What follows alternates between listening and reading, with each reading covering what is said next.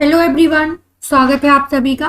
Legal dictation लिखेंगे 100 words पर minute की स्पीड से। हर प्रकार के कोर्ट एग्जाम के लिए इम्पोर्टेंट है। अभ्यास संख्या 18 स्टार्ट होगी 5 सेकंड बाद।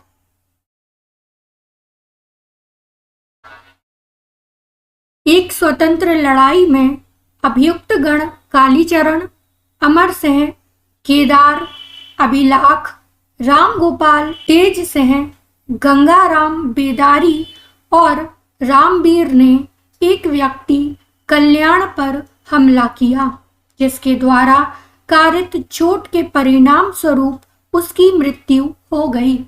विचारण न्यायालय ने निर्णय दिनांक 16/1/2017 के द्वारा अभियुक्त गण को भारतीय दंड संहिता की धारा 148, 302, 149, 325/149 के अंतर्गत दोष सिद्ध एवं दंडित किया। पैराचेंज।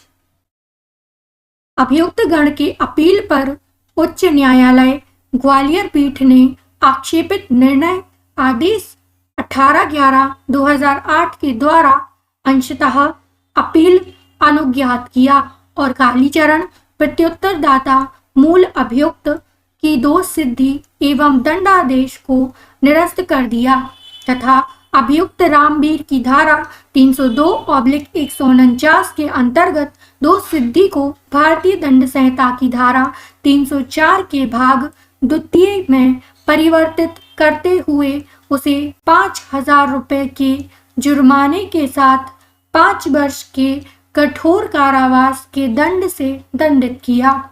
साथ ही साथ कालीचरण की दोष सिद्धि की धारा 323 और 325 के अंतर्गत परिवर्तित करते हुए दंडादेश को भुगते गए दंड तक ही समायोजित किया। अभियुक्त अमर सिंह, केदार, अभिलाख और राम गोपाल की दोष सिद्धि को निरस्त करते हुए उन्हें दोष मुक्त कर दिया और अभियुक्त गण तेज सिंह, गंगाराम और बेदारी को केवल भारतीय दंड संहिता की धारा 323 के अंतर्गत दोष सिद्ध और पहले भुगते गए दंड से दंडित किया। अतः राज्य की ओर से यह अपील प्रस्तुत किया गया।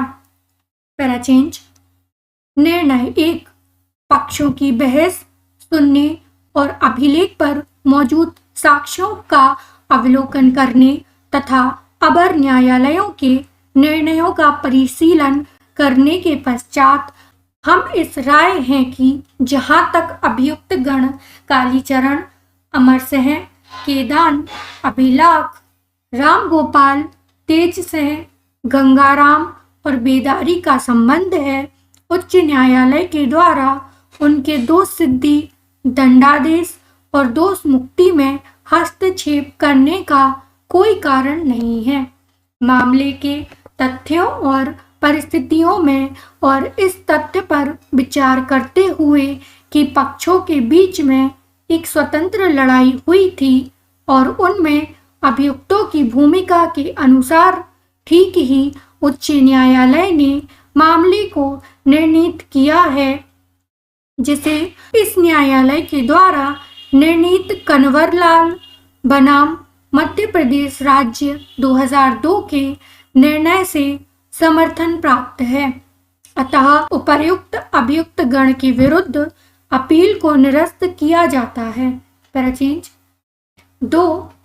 जहां तक अभियुक्त रामवीर के दोष सिद्धि का संबंध है, अभिलेख पर मौजूद साक्ष्यों से दर्शित है कि रामवीर ने मृतक पर प्राणघातम हमला किया था।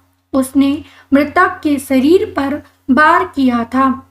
अभियुक्त रामवीर के द्वारा कारित उक्त चोट मृतक के शरीर के नाजुक भाग अर्थात सिर पर कारित किया गया था और वह चोट फरसा के धारदार भाग की ओर से किया गया था। इसलिए उच्च न्यायालय अपीलार्थी की दोष सिद्धि को भारतीय दंड संहिता की धारा 304 के भाग द्वितीय में परिवर्तित करने में न्यायोचित नहीं था।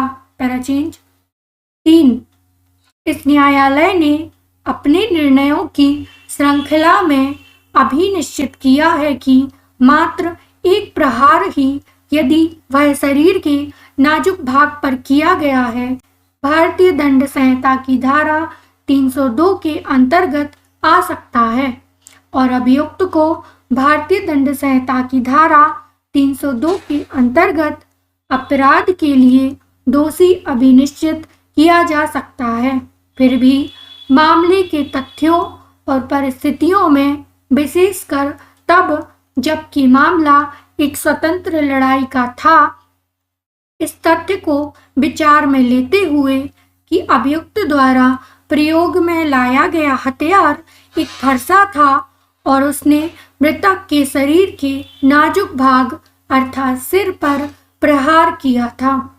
मामले के तथ्यों एवं परिस्थितियों में हम इस राय में हैं कि उच्च न्यायालय ने अभियुक्त रामवीर के दोष सिद्धि को भारतीय दंड संहिता की धारा 302/149 से धारा 304 के भाग द्वितीय में परिवर्तित करने में एक गंभीर त्रुटि कारित किया है।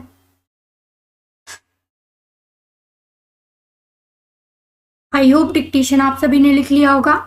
टोटल 570 शब्द बोले गए हैं, यानी 5.25 मिनट का डिक्टेशन है, तो आपको ट्रांसक्रिप्शन के लिए 30 मिनट का टाइम मिलेगा। इसके अंदर आपको ट्रांसक्रिप्शन करना है।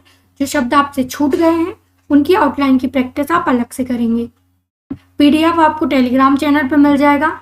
सबके लिंक प्लेलिस्ट के साथ डिस्क्रिप्शन में मिल जाएंगे। वीडियो पसंद आई हो तो लाइक, शेयर एंड सब्सक्राइब जरूर करें। Thank you.